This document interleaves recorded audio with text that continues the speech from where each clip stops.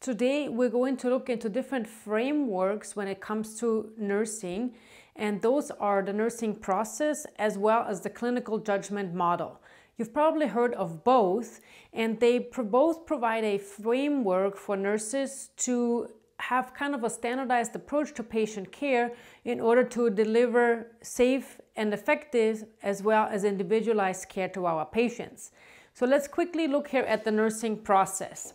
It consists of 5 different steps, which is the assessment, followed by diagnosis, or also called analysis.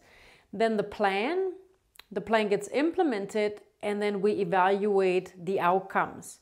After the evaluation, we evaluate if we've established or achieved the goals that we set for our patients, and then go back to the assessment to see if we have achieved those and if the patient got better. And then if it needs refinement, then we'll go through the process again. And that's why it's called a process, because we continuously assess, analyze, plan, implement, and evaluate depending on the patient situation and on their particular care scenario. On the other hand, the clinical judgment model looks a little bit different. It has 6 different steps, which are recognizing cues, analyzing those cues, prioritizing hypotheses, generating solutions, taking action, and evaluating outcomes. Again, it is a model that's designed to be a continuous process by assessing and reassessing our patients to see if the patient is ultimately getting better, and we are establishing those goals. Now, if you take a close look here, I've actually color-coded them. So the nursing process and clinical judgment model are not that different.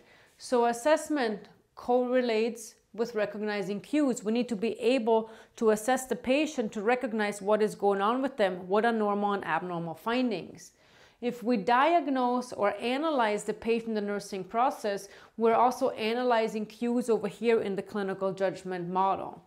The planning phase in the clinical judgment model consists of 2 different steps, and those are prioritizing hypotheses and then generating solutions. So you're prioritizing what you've analyzed here and then coming up with solutions, planning ahead for this plan of care for the patient. Implementation is another word of saying taking action, and evaluation basically means evaluating outcomes, which is all the same.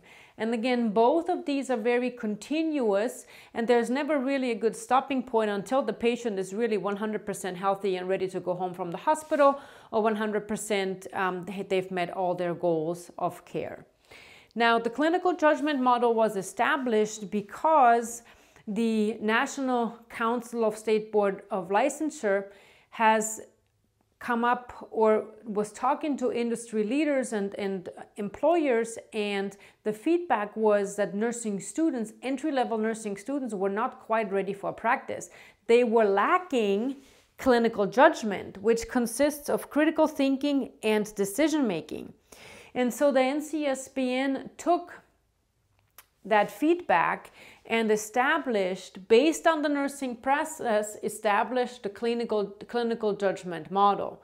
And so it's a little bit easier, in my opinion, to understand the wording here, but it can also easily be related to the nursing process. And the clinical judgment model is what you get tested now on the NCLEX exam. And in the next video, we'll take a look on how exactly and what that means.